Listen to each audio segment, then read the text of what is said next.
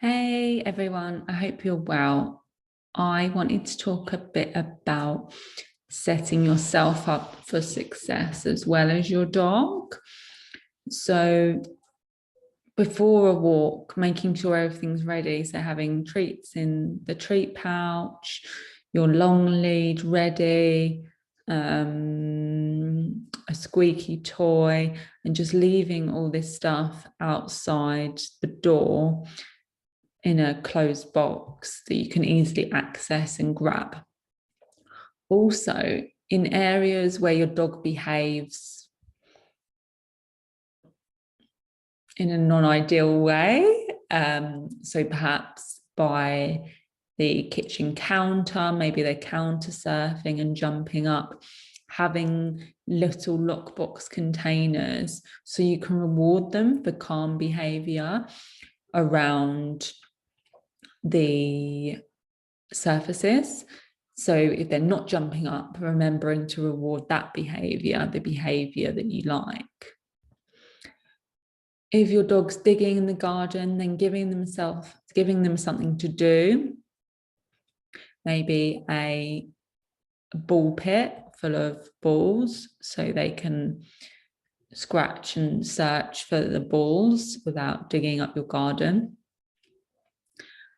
And setting yourself up for success by making sure you're rewarding yourself after training. So maybe having a nice cup of tea and a biscuit or some chocolate, or phoning a friend, doing something that you enjoy.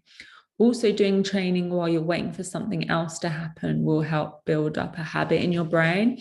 So if you're waiting for the kettle to boil, you can say, now this is the time I do some training with my dog. Setting your dog up for success is really important, as well as setting yourself up. So not expecting too much of them too soon. So if you've only done a bit of recall training and then you go to, I don't know, Verulamium Park, where there's lots and lots of dogs, your dog's just not going to be able to respond. So doing it in an area where they can practice getting it right is really important. So in the garden, and then out in a quieter park, and then gradually building up to a busier park. And just remembering that they're not going to get everything right straight away. It takes a lot of time and effort. And if you're up against hormones, then that's another thing to consider. Making sure that you're giving them tasty, novel treats. That's important, because otherwise, if we're using the same treats over and over again, they can get quite boring and predictable, and our dogs don't want to always work for them.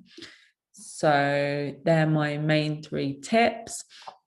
With recall, make sure that you're setting your dog up for success by not going to really, really busy areas straight away when you've only just started practicing recall training.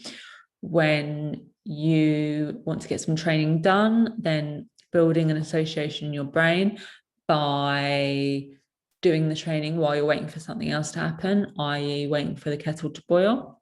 Oh, it's training time. And three, having some lockbox containers in key areas where your dog misbehaves or doesn't behave in a way that you'd like.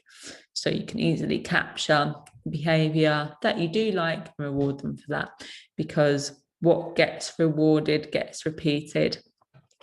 There's quite a nice saying, reward what you like, ignore what you don't, and manage what you can't change. If we're doing those 3 things, then we'll see some successes in our training. Have a great week, and I'll see you soon.